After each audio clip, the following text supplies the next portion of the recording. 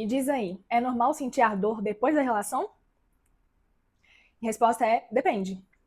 Porque a dor não é a mesma coisa que dor, mas também não é algo que a gente deve simplesmente ignorar. Primeiro, o que é esse ardor? Ardor pós-relação geralmente é uma sensação de queimação leve, é uma sensibilidade aumentada, pode ter um desconforto ao urinar depois, uma irritação na entrada da vagina, e ela pode durar de minutos a algumas horas. A questão é, não é esperado que a relação cause um sofrimento recorrente, entendeu? Mas existem algumas causas comuns que podem ser reversíveis. E a primeira delas, disparado, é a falta de lubrificação. Mesmo mulheres jovens podem ter ansiedade, fazer uso de anticoncepcional, amamentação, estresse, pouca estimulação antes da relação sexual. E aí, quando tem um atrito com pouca lubrificação, isso pode causar microfissuras na mucosa e depois o ardor. Então, qual a solução? Um pouco mais tempo ali na preliminar ou um lubrificante à base de água. São os melhores que não vão causar uma irritação depois para desenvolver uma candidíase. Melhora uma coisa, piora outra. A outra causa são as microfissuras ou um atrito excessivo.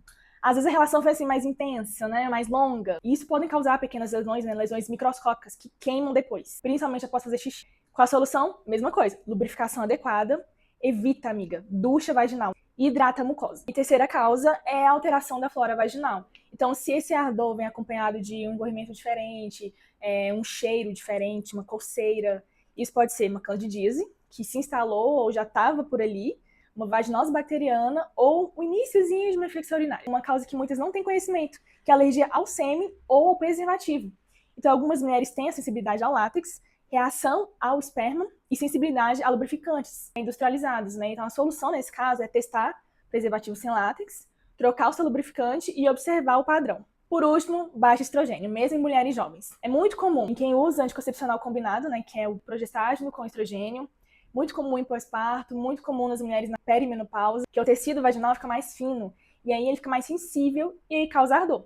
Então aqui, às vezes, a gente precisa de um ajuste hormonal, testar o estrogênio vaginal e uma avaliação médica.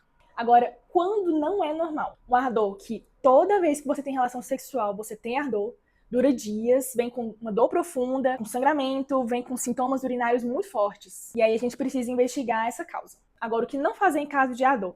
Não usa sabonete íntimo internamente.